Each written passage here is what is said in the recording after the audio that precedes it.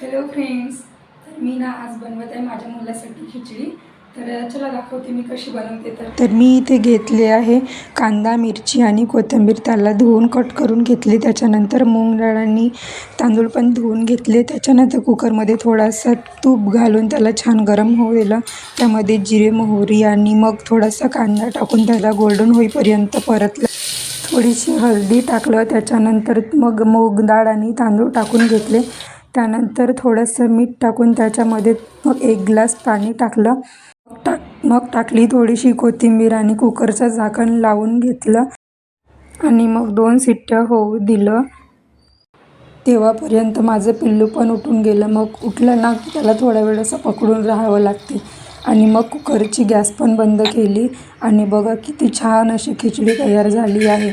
आणि मग त्याला खायला पण दिली आणि त्याने आवडीने खाल्ली पण. तुम्ही पण ही रेसिपी ट्राय करा आणि आपल्या मुलाला खायला द्या. हेल्दी आणि टेस्टी पण आहे. आणि कसं वाटलं व्हिडिओ तर नक्की कमेंट्समध्ये सांगा आणि व्हिडिओला लाईक आणि चॅनलला सबस्क्राईब नक्की करा. Bye bye.